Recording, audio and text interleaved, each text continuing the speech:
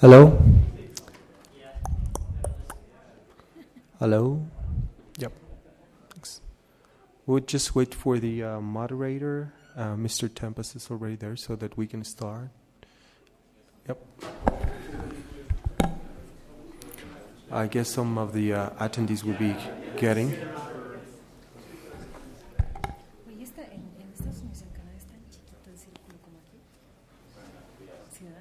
¿Sabes qué son? Lo que pasa es que yo creo que es todavía más chiquito porque es muy especializado. O sea, los que saben de aire. Mira. O sea, mucho más tiempo.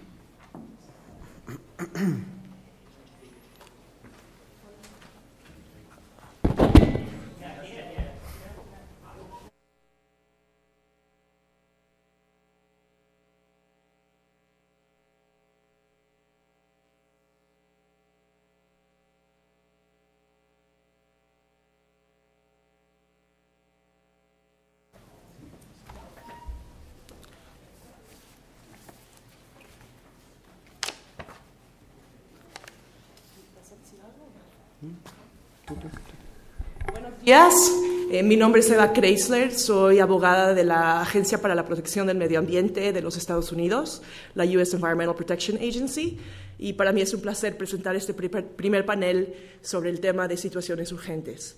Nuestro primer orador será el señor Michel Gagné, de Canadá, y un poquito de su biografía. Mr. Michel Gagné is a litigation partner of the Canadian firm McCarthy Tétrault in Montreal, Quebec, Canada. Mr. Gagné has a diverse litigation practice focused on complex technical litigation. Mr. Gagné is specialized in environmental law and environmental litigation, having devoted a substantial part of his practice to these fields for the last 20 years. Mr. Gagné has extensive experience in the defense of cases involving soil and groundwater contamination. He is also involved in environmental disputes involving allegations of health problems and risks to human health. He has significant class action experience and pleads before civil, administrative, and criminal courts, as well as arbitration boards. Mr. Gagné has authored numerous articles related to environmental law. He is a past chair of the Environmental Law Section of the Quebec Division of the Canadian Bar Association. He is regularly invited as a speaker by various organizations. Mr. Gagné. So good morning, everyone. It's glad to be here with you this morning again. We've been together very recently, so we'll continue our discussion of last night, talking about a very important topic. It's the urgent situation, and I will give you a Canadian perspective of that topic. So there are various types of urgent situation that can occur, and conceptually, based on the experience that we have in Canada, and most particularly in Quebec, where I practice, I have divided these situations into three broad categories. The first category is the spill, the accidental discharge of substance into the environment. The second category are the various activities that could be started without the proper legal authorization required, and that could give rise to recourses to react to this situation and to stop it.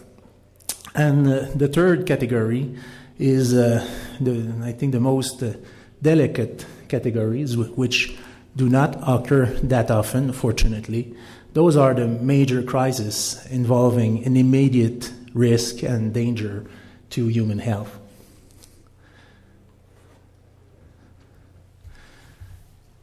So let's start with the first category, the spills. Those are the most common urgent situation.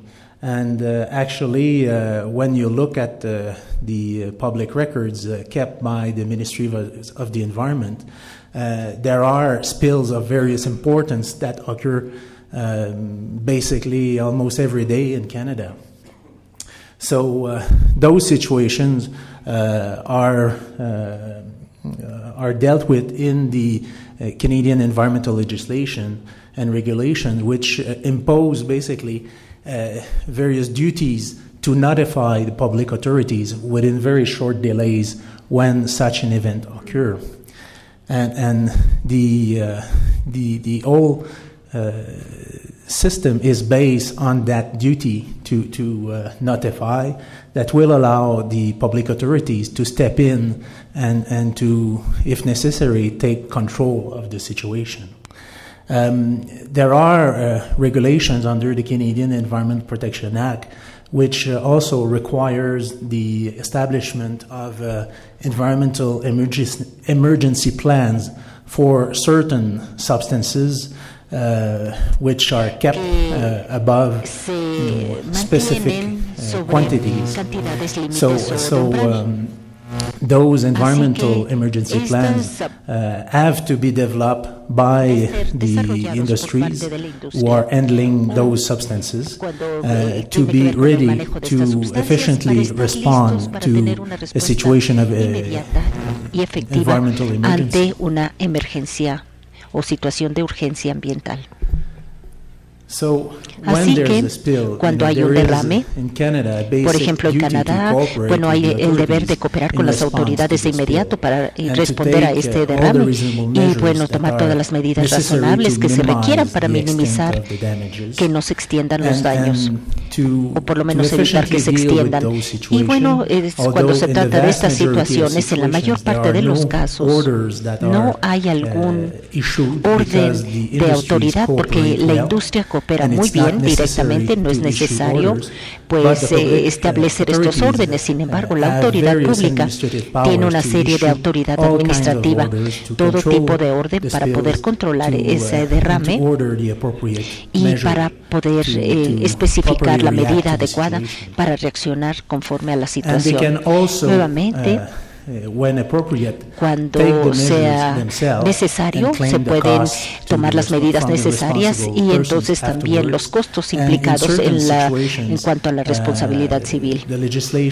La legislación prescribe o estipula la posibilidad de que el gobierno también pueda estar implicado dentro de este tipo de situaciones cuando hay alguna falla por parte de las partes en cuanto a cumplir con estas estipulaciones.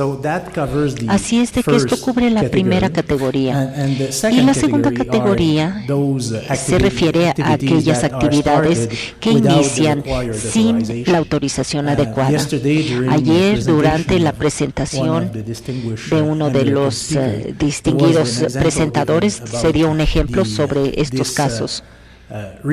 Sobre este desarrollador de bienes raíces y de inmuebles que decidió seguir adelante y construir ahí en una zona, en un pantano, en donde, bueno, incluso se hizo el relleno de ese pantano, de esa zona, para que pudiera empezar una construcción habitacional. Y este es nada más un ejemplo cuando no se debe tolerar este tipo de situación. Y por lo tanto la legislación canadiense también en la parte de autorización ambiental o tiene que enfocarse a esto, requerir que se cumpla con esa legislación antes de empezar alguna actividad de este tipo que pueda tener un efecto sobre el ambiente. Por lo tanto, si alguien empieza estas actividades en forma ilegal, sin la autorización adecuada, el procedimiento más adecuado sería el presentar una demanda ante la Procuraduría General y también puede ser por parte de las partes interesadas y buscar que haya una denuncia directa, una orden de denuncia directamente, y esto se puede obtener rápidamente por parte de la autoridad. En Canadá también hay pues la posibilidad de tener estas denuncias.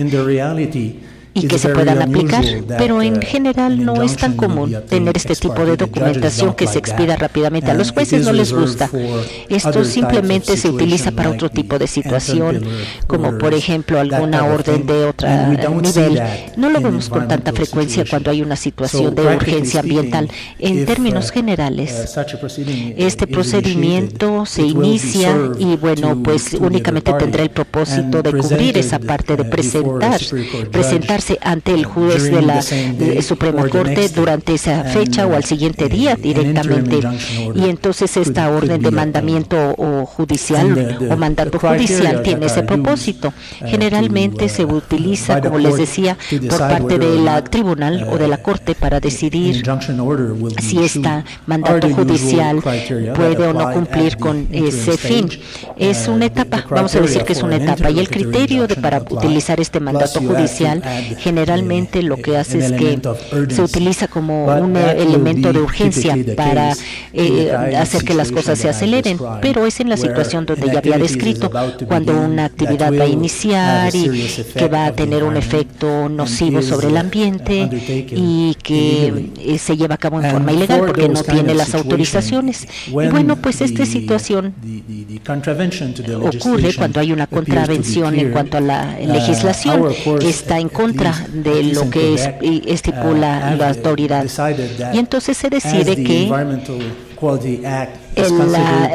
esta ley de calidad ambiental se considera como una normatividad de orden público. Por lo tanto, este tipo de normatividad se considera de importancia superior en cuanto a interés público. Por lo tanto, para este tipo de situación, la Corte o el Tribunal no va a considerar que se necesita este tipo de mandato judicial, siempre y cuando haya una prima facie, que de primera mano se vea que hay directamente una violación directa a estas autoridades. Y también se va a iniciar entonces todos los procedimientos, toda la denuncia, pero es más o menos lo que ocurre, como vamos a mantener aquí que evite o que ocurra algún problema sobre el ambiente, siguiendo todos estos pasos. La última categoría que hemos visto, y como les dije, afortunadamente, estas situaciones de crisis importante implican un riesgo inmediato a la salud pública y no son tan comunes. Sin embargo, sí, de vez en cuando vemos que ocurren en Canadá. Estas situaciones pueden ser especialmente delicadas por la consecuencia que puede tener en la salud pública y por la participación y la responsabilidad potencial de la autoridad en esta situación. Y podemos agregar también inexperiencia en esta situación. Esto ocurrió en Ontario hace algún tiempo, en el año 2000. El sistema de agua municipal en un pequeño lugar que se llama Walkerton, en Ontario, estaba contaminado por una bacteria que se llama E. coli. Y esta fue una situación terrible que llevó a 7 decesos.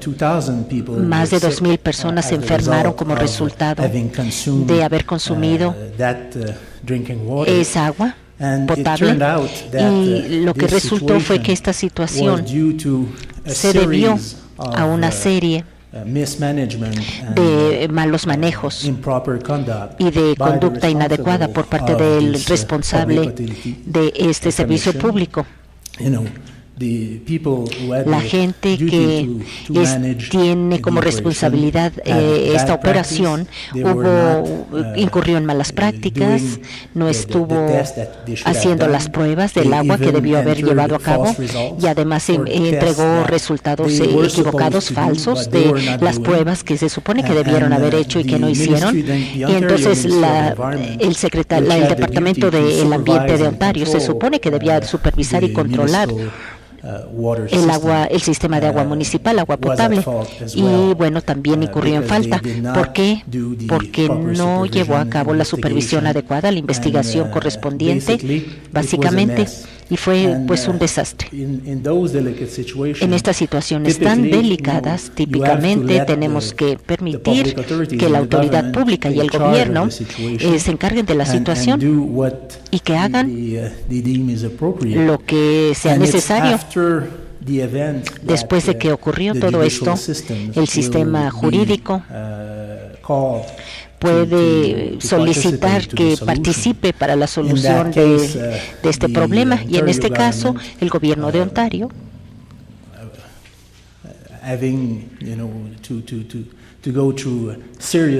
tuvo que sintió la presión pública y también de la Junta Municipal de Ontario, que permitió que rápidamente se identificara todas estas malas prácticas, todos los factores que llevaron a estos eventos tan terribles. Y esta fue una experiencia de aprendizaje para el gobierno de Ontario, pero también los otros gobiernos en Canadá. Sé que el gobierno de Quebec ahora está dándole más prioridad a controlar la seguridad del agua pública, el agua potable, a los recursos especialmente de agua potable, después de que ocurrieron estos eventos. Y hubo incluso una demanda grupal, colectiva, en cuanto a las partes responsables. Y este procedimiento de denuncia colectiva fue bueno, dentro de un contexto de dar un programa de indemnificación, de indemnificar a la gente que que había sufrido las consecuencias. Esto ocurrió más o menos un año después de que ocurrió esto. Hubo de hecho un programa de compensación aprobado por el Tribunal de Ontario. Fue aprobado dentro de los parámetros de este procedimiento de una denuncia colectiva. Así que estas son situaciones que todavía estamos viendo incluso en Canadá, donde el sistema legal está implicado un poco después de que ocurren los hechos, más que o cuando la crisis está desarrollándose. Y bueno, pues esto concluye mi presentación de esta mañana. Gracias. Thank you, Mr. Gagné. Gracias, señor Gagné. Siguiente panelista Our next speaker is the coordinator, Adriana Rivera Cercero, coordinator of Attorneys Legal Advisors, Federal Attorney for Profepa. Adriana Rivera Cercero es licenciada en Derecho, egresada de la UNAM, con estudios complementarios en gestión ambiental gubernamental. También es vicepresidenta de Atención a la Mujer de la Asociación Interdisciplinaria de Juristas de México, asesora de la Unión Nacional de los Derechos Humanos AC, vicepresidenta de Vinculación Gubernamental de la Asociación Nacional de la Ciencia de los Animales de Laboratorios AC. Adriana Rivera Cercero fue subdelegada jurídica, subdelegada de Inspección y Vigilancia y delegada de la Profepa en la zona metropolitana. Tiene la palabra. Gracias. Muy buenos días a todas y a todos. Bueno, pues hablando en México sobre medidas urgentes o situaciones de urgencia, es importante anotar que tenemos mecanismos legislados previamente establecidos en las leyes federales, y estos mecanismos que Profepa echa mano son los denominados medidas correctivas o de urgente aplicación y medidas de seguridad. Para ambas materias, ¿verdad? Pueden ser aplicados tanto para recursos naturales como para industria, que son las dos grandes ramas que la Profepa, que la Procuraduría Federal de Protección al Ambiente observa en su quehacer diario. Hablando de medidas correctivas o de urgente aplicación, que nosotros le decimos MUA, ¿verdad? Es nuestro coloquio, un MUA, no es un beso, es una medida dura, determinante, ¿verdad? Y que debe estar completamente fundada y motivada, tanto en la ley como en los hechos. Es decir, obedece esta medida o esta aplicación urgente a un hecho que la ley prevé y también a un hecho que, por supuesto, tiene que ser irregular en la acción. Las medidas correctivas o MUAs, estas son impuestas para subsanar irregularidades. repito, fundado y motivado, ¿verdad? Si existe una irregularidad, un no cumplimiento a la ley, entonces la medida correctiva se aplica, ¿sí? No vamos a poner una medida correctiva sobre algo que no esté previamente legislado. Es una situación en donde se hace de manera inmediata un acuerdo después o posterior a la visita. El día de hoy quiero presumirles que ya nuestros inspectores cuentan con una laptop y una impresora que se la pueden llevar a la visita, y que en esa visita misma pueden empezar ellos a fabricar una medida correctiva o de urgente aplicación. Y entonces el tiempo en que sucede el acto de inspección de la Profepa al tiempo en que se pueda notificar una medida correctiva o una medida de urgente aplicación es muy corto, cada vez es más corto, es más breve. Esto es en casos sencillos, ¿verdad?, en donde el inspector se percata perfectamente de la irregularidad. Existen casos más complicados en los cuales forzosamente el análisis jurídico tiene que prevalecer previo a la emisión de cualquier acuerdo. Entonces, la Profepa dicta la medida a partir de este acto de inspección. Puede ser de forma inmediata, repito, puede dictar la medida también en el acto de emplazamiento, que es el siguiente paso jurídico en donde la Profepa le dice al inspeccionado: oye, te vamos a sujetar a un procedimiento administrativo, pero te dicto la siguiente medida, ¿sí? Y entonces se hace. También puede ser una medida que se dicte en la resolución, o sea, al final de todo un procedimiento administrativo, en donde se considere que debe ser aplicada la medida correctiva. En muchas ocasiones en México no se encuentra como en Canadá que la industria coopera, siempre, ¿no? Es difícil que la industria coopere, sobre todo la mediana, la pequeña y la microindustria. En la gran industria, en aquellas industrias transnacionales o nacionales de gran importancia, hemos visto un comportamiento completamente diferente. El día de hoy la industria coopera, se alinea a la legislación y de hecho van más allá, ¿no? Es un comportamiento que nos parece muy adecuado, muy tratando de copiar los esquemas globales de la producción. Y bueno, pues esa situación sí se ha visto completamente reflejada en los números de la Profepa. Hoy tenemos sanciones administrativas graves, la mayor parte de ellas, en un 56%, en pequeña, mediana y microempresa, no en la grande. Entonces, estas medidas correctivas se van a aplicar, les repito, en cualquiera de los tiempos procesales, desde el momento de la inspección, enseguida se dicta, al momento del emplazamiento, al momento de las pruebas, cuando sea conveniente dictarlas, hasta la resolución. Pero en ocasiones, si el comentario venía a lo siguiente, dictamos las medidas 3 veces y en ocasiones no se cumplen.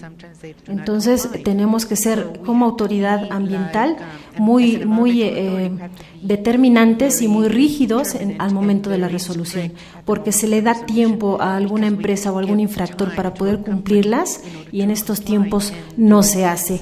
Ahora bien, la Profepa tiene una facultad discrecional de poner las medidas y los tiempos, y esta es una parte muy importante que quiero comentar. La Profepa tiene 15 años, 16 años de vida. Cuando inicia sus operaciones como Profepa, era muy inquisitiva, trataba de clausurar cuanta empresa estuviese mal, medio mal o muy mal, era igual, vamos a clausurarla porque está infraccionando a la ley. Los mismos inspectores tenían un carácter fuerte de que nosotros somos la autoridad y venimos aquí a imponer la ley. Y bueno, se creó una fama bastante negativa y sobre todo se creó un vicio de incumplimiento de la ley, porque entonces el inspector lleva a cabo la inspección, lo lleva al área jurídica, en el área jurídica se elabora un acuerdo de medida correctiva en donde por querer de alguna forma someter a la empresa, o no tanto someterla, sino alinear a la empresa, entonces yo le dicto en una medida correctiva importante 3 días. Ejemplo, podemos encontrar, y lo vimos hace muy poco, y aquí en la gráfica está una fotografía, en Guanajuato, 120 toneladas de residuos peligrosos biológico-infecciosos en una bodega. Si yo llego a esa bodega y veo todo este potencial que tiene que ser tratado, que la empresa responsable tendrá que contratar una empresa adecuada y autorizada para llevarse los biológico-infecciosos, yo no puedo darle un día, 48 horas para que lo haga, porque como autoridad estoy propiciando que se incumpla la ley. Entonces, esta discrecionalidad ha madurado con nosotros. Hoy estamos muy pendientes de que los tiempos que se den para las medidas correctivas tienen que ser los adecuados para que la gente o para que la empresa cumpla. De lo contrario, estaremos, repito, nosotros mismos entrando en un vicio de incumplimiento a la ley ambiental. Y de eso, bueno, pues no se trata, ¿no? La que sigue. Medidas de seguridad. Bueno, nuestro artículo 170 de la Ley General del Equilibrio Ecológico y Protección al Ambiente nos dicta que cuando exista un riesgo inminente al desequilibrio ecológico o de daño o deterioro grave a los recursos naturales, se pueden imponer las medidas de seguridad. Lógicamente, y volvemos a la situación de fundada y motivadamente. ¿Por qué lo repito tanto? Porque quiero que sepan que en México nos estamos poco a poco convirtiendo expertos un tanto en el pensar de los jueces, ¿verdad? Nosotros tratamos de interpretar lo que los jueces van a pensar si alguien impugna un procedimiento nuestro. Y nos hemos fijado, y la experiencia así lo refleja, que si todo acto de autoridad no se encuentra fundado y motivado de una forma muy especial, entonces se nos viene abajo. He repetido esta situación de fundada y motivadamente porque la experiencia nos ha hecho pensar de que si desde un inicio no fundamos y motivamos perfectamente nuestro acto, nuestra medida, nuestra urgente aplicación de medida correctiva, entonces se nos viene abajo. Medidas de seguridad. Este rubro de medidas de seguridad que también contempla nuestra ley, quiero comentarles que son medidas que cambian la situación jurídica de las empresas o de los inspeccionados. Esta es la gran característica que varía entre lo que es un MUA, ¿verdad? Una medida correctiva o de urgente aplicación. Ejemplo, si yo clausuro una empresa contaminante a la atmósfera, bueno, pues la clausuro, termina la operación y no pasa nada. Simplemente tengo que cambiar la situación jurídica de la empresa para que ésta invierta, ¿verdad?, en equipos, en mangas, en todos aquellos equipos que absorben los polvos o los contaminantes al ambiente. Pero si yo, por ejemplo, y volviendo al ejemplo de los residuos peligrosos biológico-infecciosos, encuentro una bodega y la clausuro con 120 toneladas de biológicos, entonces estoy propiciando una situación crítica, no tan solo al medio ambiente, sino a la salud pública. Entonces es cuando no puedo yo aplicar una medida de seguridad. Esta situación varía mucho, repito, dependiendo del caso que nos estemos enfrentando, ¿no? En materia, por ejemplo, de vida silvestre, en México existen algunas bodegas clandestinas en donde se acopian diferentes animales en peligro de extinción. Estas bodegas clandestinas pueden estar en zonas urbanas o en zonas rurales, las encontramos como Profepa. Lo que menos podemos hacer es dictar una medida de seguridad en donde clausuremos temporal, parcial o totalmente la bodega, porque entonces todos estos animales en peligro de extinción van a morir. No el caso que acabamos de enfrentar la semana pasada, en donde en un parque zoológico estatal del Estado de México nos encontramos con que se fugó un tigre de Bengala. Este tigre, al fugarse por situaciones obvias de su naturaleza animal, agrede a uno de los trabajadores, le priva de la vida. Y entonces los empleados, los médicos veterinarios, los técnicos y hasta la policía municipal se ponen a buscar al tigre, y el tigre agarra una cueva y se esconde. Entonces el tigre se esconde 3 días y tiene mucha hambre, y de pronto, en lugar de poderlo sedar, el parque decide darle muerte a través de una bala en la cabeza. Esta situación lógicamente es muy reprobada por la sociedad, ¿verdad? Porque el tigre pues finalmente no tenía la culpa, ni siquiera una responsabilidad, porque fue un instinto el haber atacado a la persona que lo cuidaba, y no se le tenía que dar un castigo similar por haber dado muerte a un ser humano. Y entonces decidimos como Profepa poner una suspensión de actividades, ¿verdad? O una clausura temporal a ese parque zoológico. Pero ¿qué pasa? Bueno, pues que la suspensión es para que no abran al público, para que no esté de alguna forma expuesta a la sociedad civil en algún tipo de fuga de animales, hasta que no se garantice esta situación de seguridad y se disminuya el riesgo a los visitantes. Pero no va a pasar nada, porque ningún animal va a morir ahí adentro, ¿no? Entonces, esta es la gran diferencia que nosotros podemos en alguna forma ordenar, ya sean las medidas correctivas o de urgente aplicación o medidas de seguridad, dependiendo mucho del caso concreto. Las medidas de seguridad también podemos encontrar en nuestra legislación aseguramientos precautorios y neutralización. Sí quiero comentar que la neutralización es una medida que generalmente no se ocupa. Sin embargo, el aseguramiento precautorio es una medida, creo que de las más recurrentes. Aseguramos productos forestales, aseguramos animales en riesgo de extinción o sujetos a una comercialización internacional, a la Convención CITES, y también aseguramos en ocasiones equipos en industrias, ¿sí? Entonces son medidas que regularmente nosotros tenemos en nuestro quehacer. Las medidas se pueden imponer individual o conjuntamente, y por su naturaleza de extrema urgencia o necesidad pueden imponerse nuevamente, repito, en cualquier momento del proceso, en la visita de inspección, en el emplazamiento o en la resolución administrativa.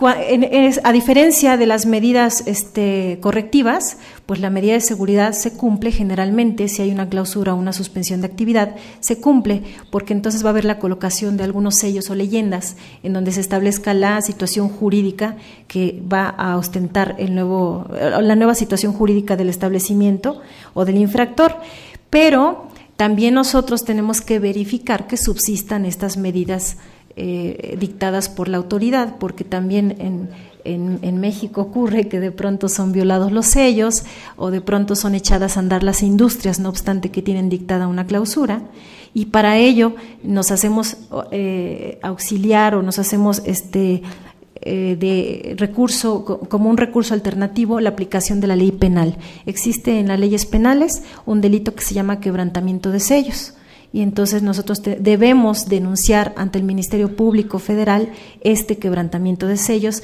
porque de alguna forma se está violentando el acto de autoridad que se dictó. Fundamentado y motivadamente, bueno, ya lo hablamos, ¿verdad?, que debemos de hacerlo porque por la práctica nos hemos percatado de que es un eslabón muy fino que tenemos que pulir para que un juez en materia de amparo no vaya a de alguna forma afectar el procedimiento y que afecte de otra forma al medio ambiente. La ley GEPA define el desequilibrio ecológico como aquella alteración de las relaciones de interdependencia entre los elementos naturales que conforman el ambiente y que afectan negativamente la existencia, transformación y desarrollo del hombre y demás seres vivos. Eso es lo que define la ley GEPA como un desequilibrio ecológico. Nosotros debemos de ser también muy cuidadosos en todos los acuerdos y en todas las observaciones que los inspectores hagan, porque en casos particulares, como en un caso reciente de mamíferos marinos, un juez de distrito determinó que fue insuficiente la motivación de un aseguramiento precautorio por la falta de una acreditación o de una procedencia legal de los animales.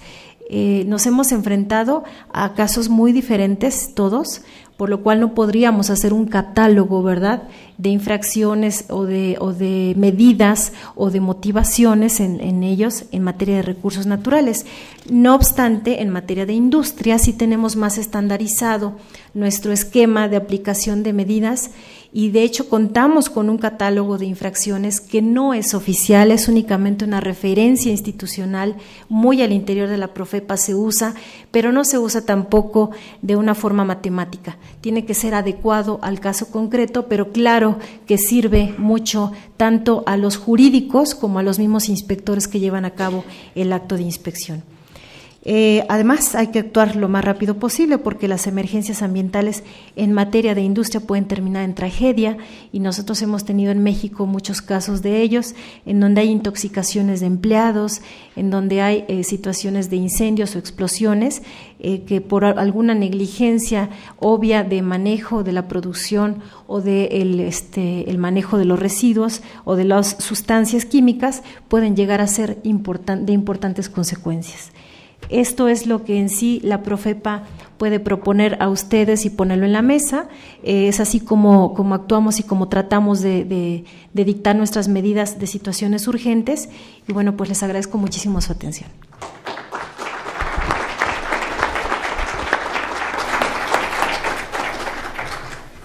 Muchas gracias. Nuestro tercer panelista es the Honorable Ronald J. Tempest, who was appointed as the Acting Assistant Attorney General for the Environment de Medio Ambiente y los Recursos Naturales del Departamento de Justicia de Estados Unidos en 2007. Como fiscal general adjunto ha estado en litigios ambientales que implican a Estados Unidos en más de 150 estatutos federales. Estos estatutos incluyen lo que es la ley de agua limpia, CERCLA, la de muchas otras que implican al ambiente. El señor Tempest ha estado trabajando durante mucho tiempo en este departamento.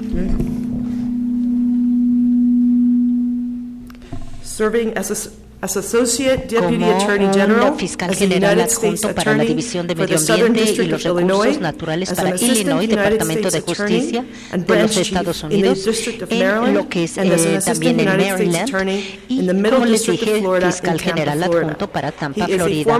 Él estuvo trabajando con Luis Pollack anteriormente y también con el señor Banquist. Así es que le cedemos la palabra al señor Tempest. Muchas gracias, Eva, por esta presentación. Bueno, sí, hay una serie de comentarios que quiero hacer el día de hoy en cuanto a este tema. Lo que pensé que me gustaría más enfocar mi plática el día de hoy sería a lo que es el sistema de Estados Unidos para controlar una situación de urgencia. Yo voy a estar hablando de ayuda que tiene una serie de finalidades. Ya Michael estuvo hablando del sistema canadiense y de algunas similitudes con la parte mexicana. Yo voy a enfocarme directamente en la parte de lo que pensamos que es los estatutos de contaminación para tener el agua y el aire adecuados, aunque pues los abogados con los que he estado en contacto han desempeñado un papel importante en cuanto a los estatutos para poder proteger la vida silvestre también, que ese es otro tema que vemos.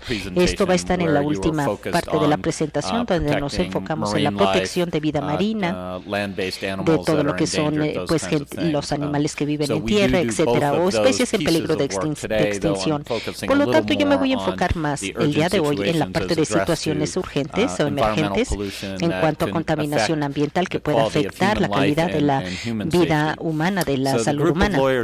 Así es de que el grupo de abogados con los que yo trabajo son más o menos unos 100 y responsables de representar el gobierno de Estados Unidos en cualquier caso que pudiera surgir en las Cortes Federales de los Estados Unidos que tenga que ver con estos recursos o derecho ambiental y recursos naturales. En estos casos, bueno, pues se hace generalmente un llamado a la EPA, que es la organización en donde trabaja EVA.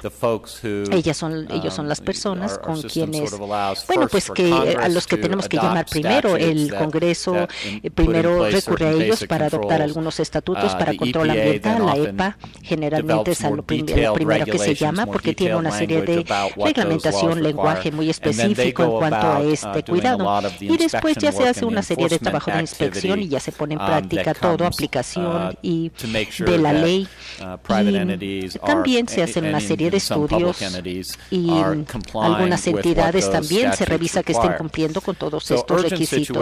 Una situación urgente puede afectar una serie de medios, por llamarle así, en Estados Unidos el aire o medios, el aire, el agua y algunos otros. Entonces podemos ver si hay alguna sustancia tóxica que ha sido liberada en el agua, en el aire o que pueda causar alguna amenaza, algún problema. Y bueno, pues probablemente nuestros principales estatutos de protección ambiental incluyen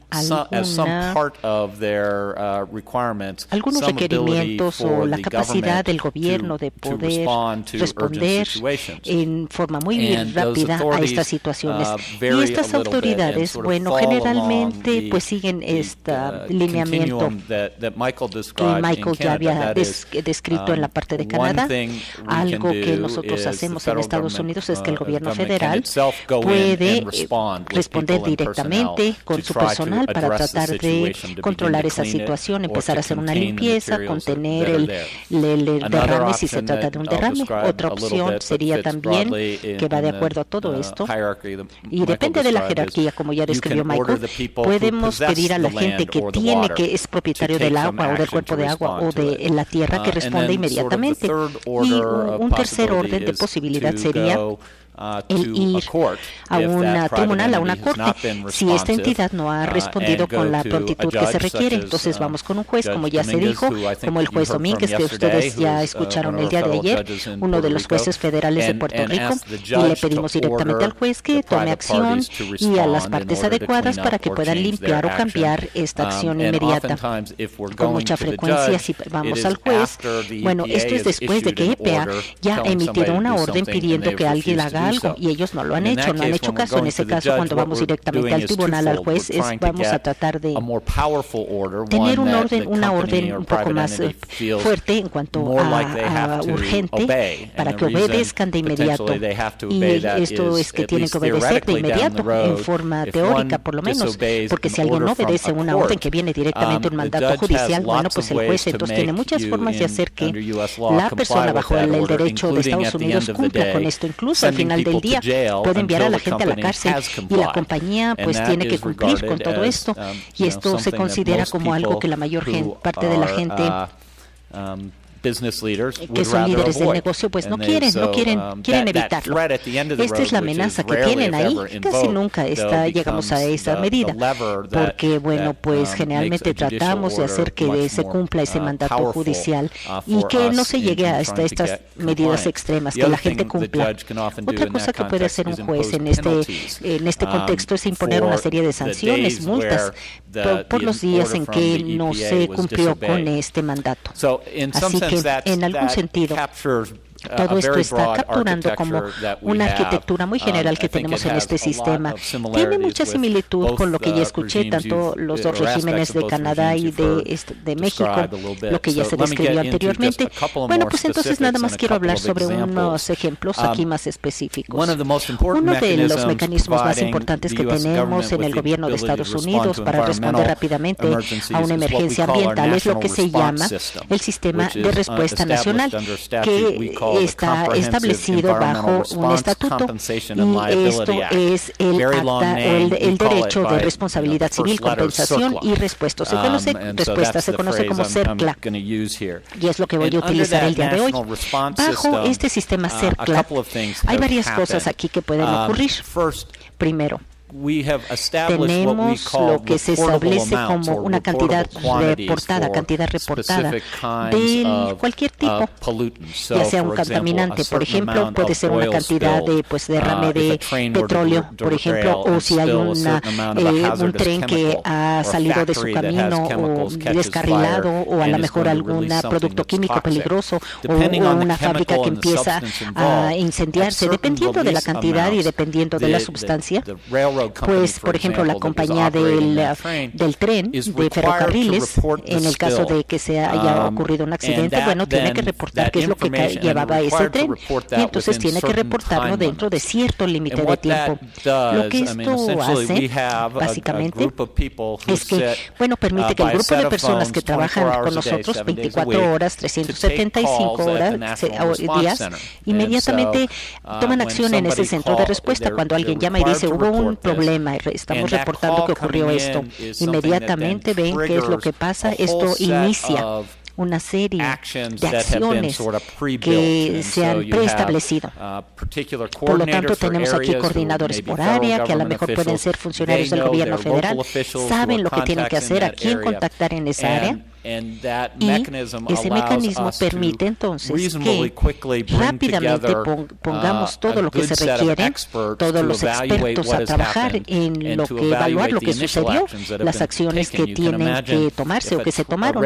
Imagínense que, por ejemplo, si hay un descarrilamiento y entonces, bueno, pues escuchamos directamente de la gente que está ahí cerca, en el área rural, ellos son los que inmediatamente se van a enterar, o el departamento local de policía o el departamento de bomberos están ahí directamente porque a ellos se les llamaron. Entonces a lo mejor no hay expertos ambientales, y esto es lo que tratamos de hacer. Tratamos de, con este sistema, de utilizar a los expertos locales para que puedan evaluar esta respuesta inicial, y que si necesitan más recursos que nos digan, o que si necesitan un experto, con mucho gusto se los envía para poder solucionar el problema. Por lo tanto, este sistema CERCLA implica el saber qué es lo que pasa si hay un coordinador ahí que va a ayudarnos, un coordinador local, cómo va a ir la parte de la respuesta, y si necesita más acción por parte del gobierno, o si hay algún mandato que venga de alguna jerarquía para poder empezar la limpieza.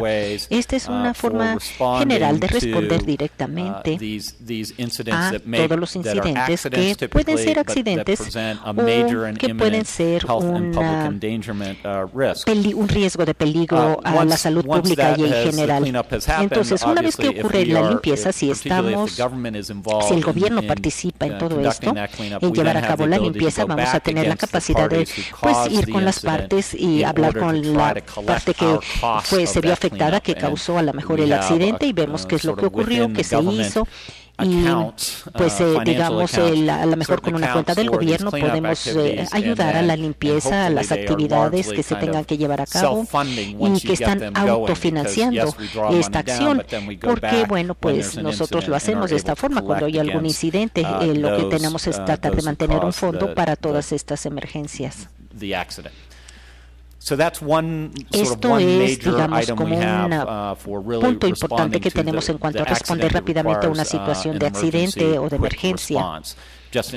En cuanto a cómo tratamos de controlar, evitar que haya una amenaza directa a la salud pública, a la seguridad.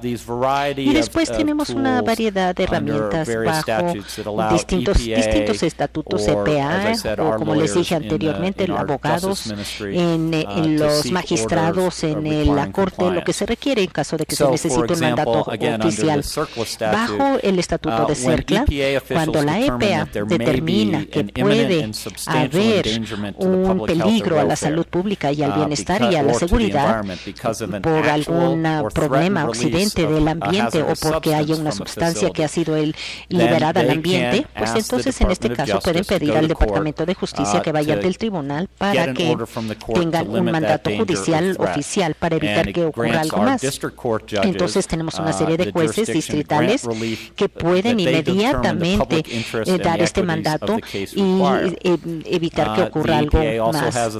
EPA tiene la autoridad también.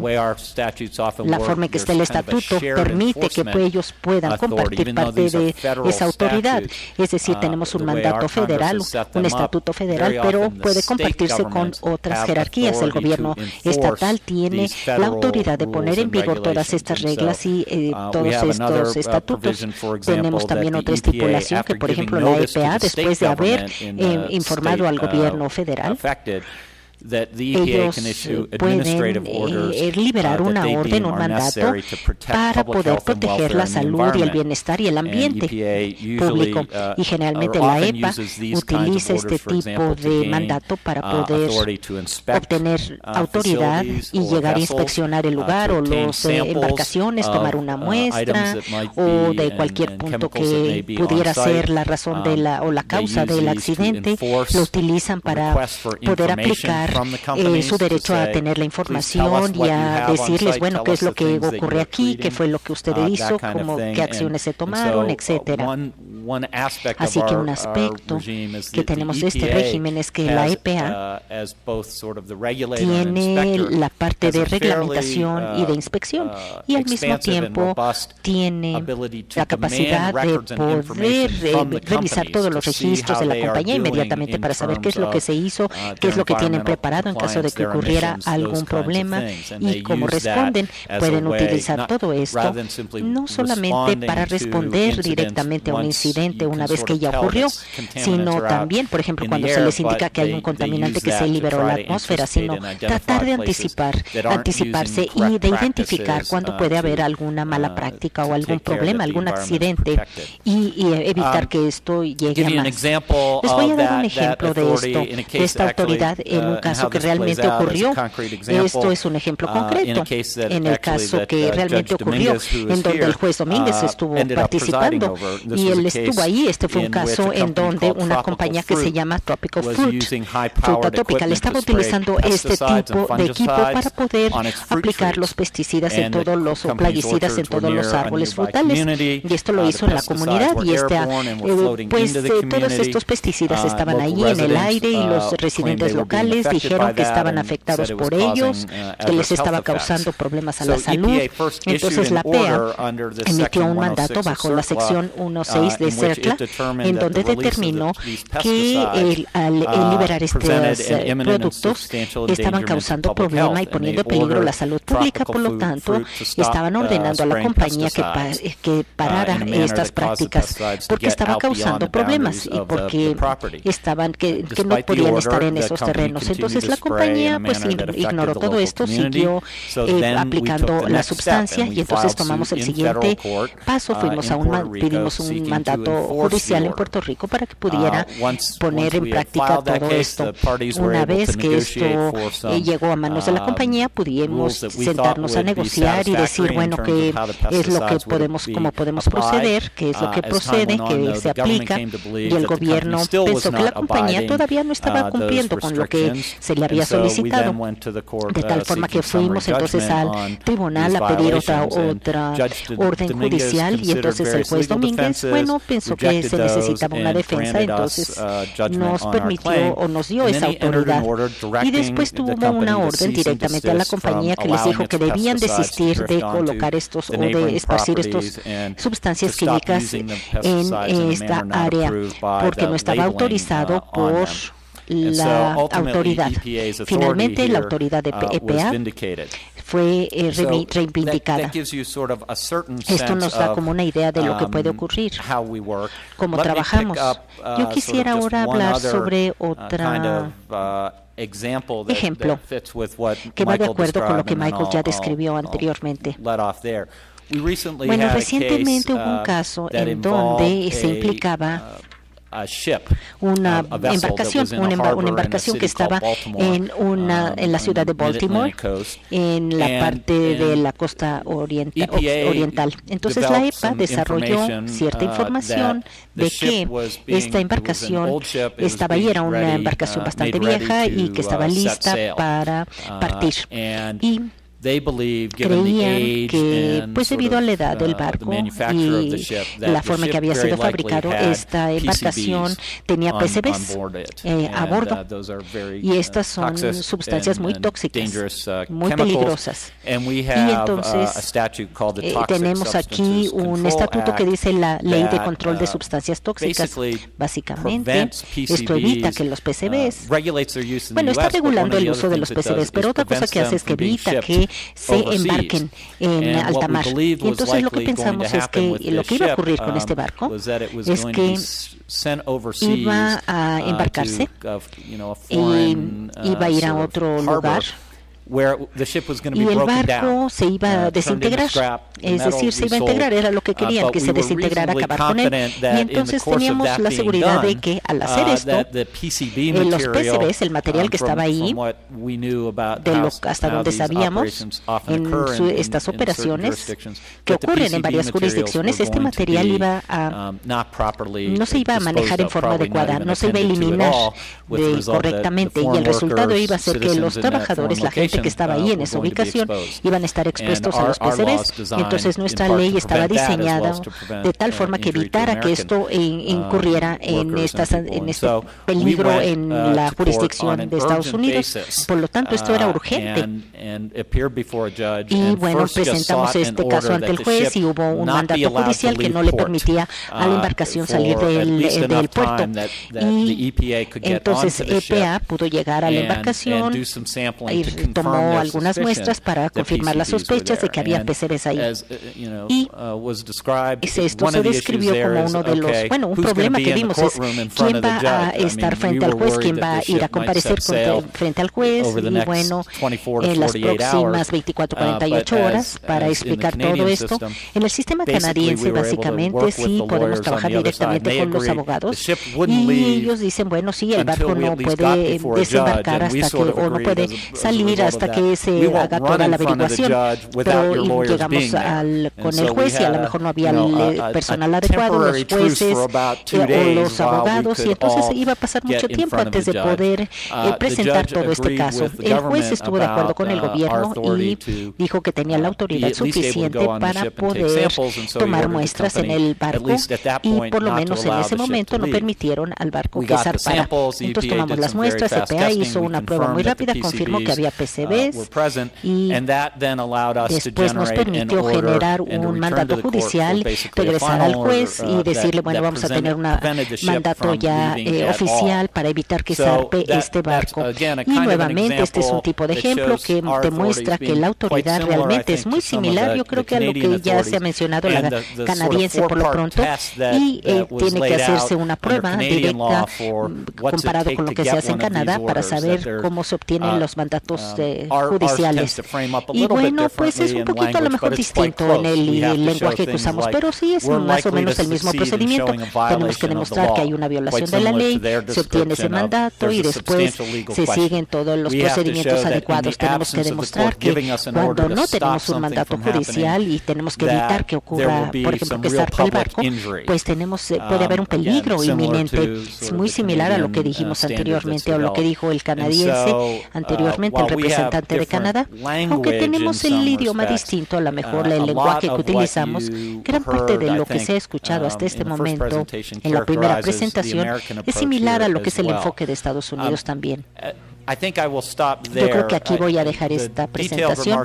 Todo lo detallado, bueno, pues está en mi presentación. Hay una serie de estatutos que estoy incluyendo en mi presentación también para que ustedes vean cuando la EPA tiene una orden de un mandato judicial, cuando puede entrar a las instalaciones y, bueno, los estatutos. Pero para seguir con este horario, con la agenda, pues voy a dejarlo hasta aquí. Muchas gracias.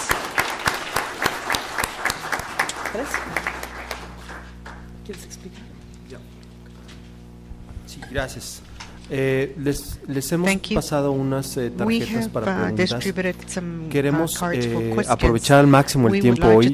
Con la experiencia de ayer, queremos maximizar el tiempo y sobre todo porque hay varios de los ponentes que tienen que tomar vuelos el día de hoy y no queremos retrasarnos y no queremos quedarnos sin sus participaciones. En ese espíritu, vamos a pasar las tarjetas en cada una de las sesiones.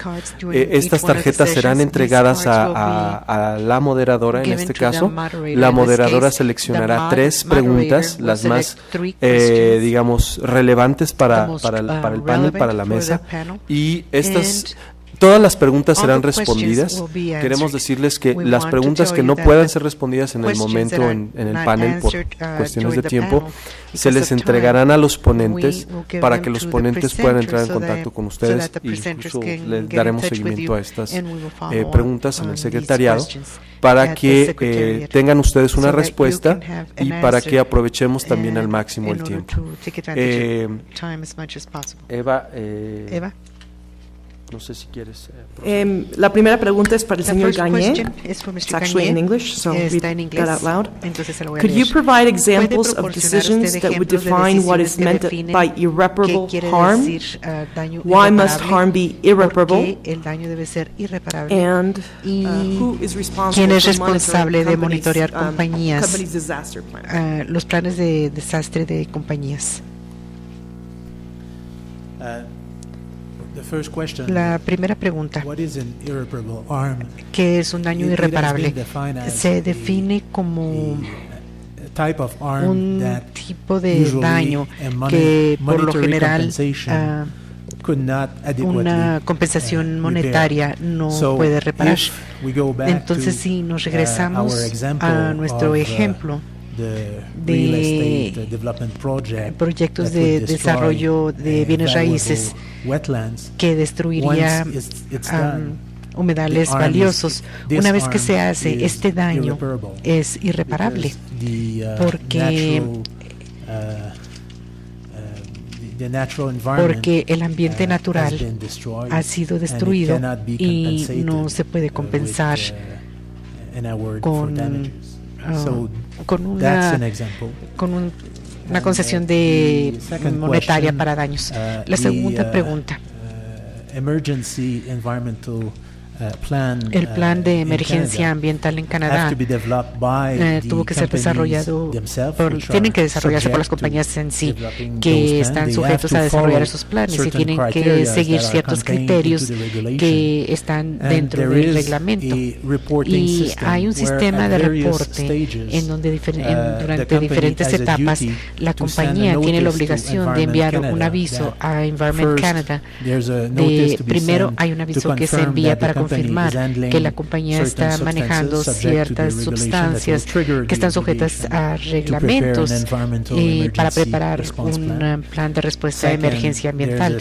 Segundo, hay otro aviso que se tiene que enviar después de un retraso en el reglamento para certificar a Environment Canada que la compañía ha preparado el plan ambiental y después de eso hay un tercer aviso que se envía para certificar que el plan ha sido probado y que se ha ejecutado.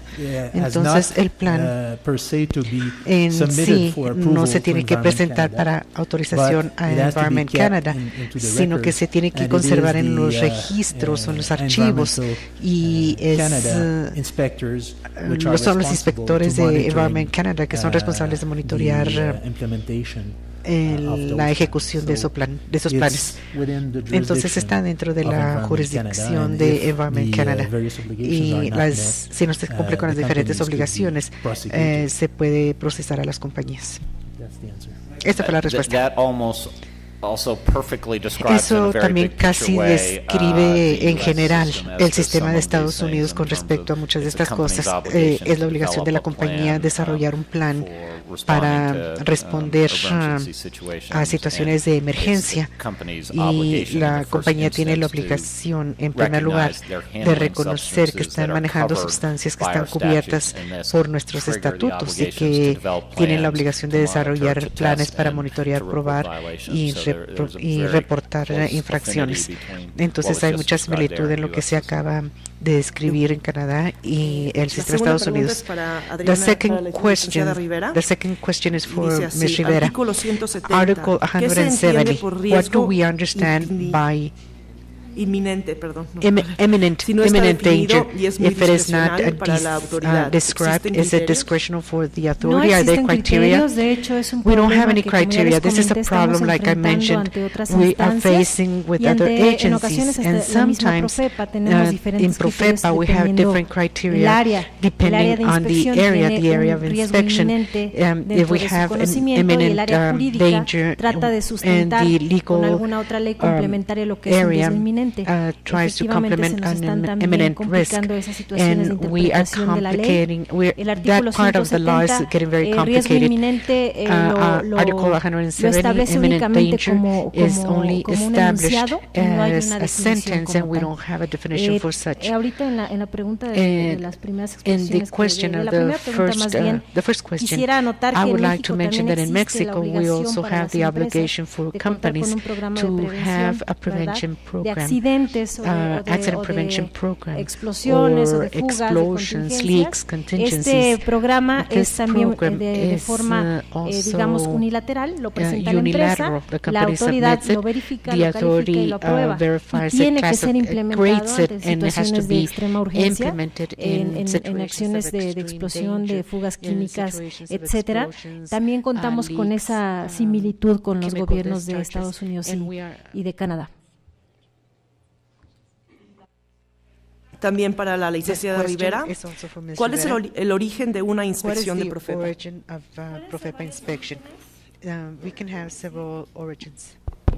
Pueden ser varios orígenes. Existe un programa ordinario de inspección y de vigilancia en donde se enfocan las acciones a las actividades industriales y a las actividades en recursos naturales, que pueden ser forestales, en vida silvestre, en zonas federales o en zonas de impacto ambiental.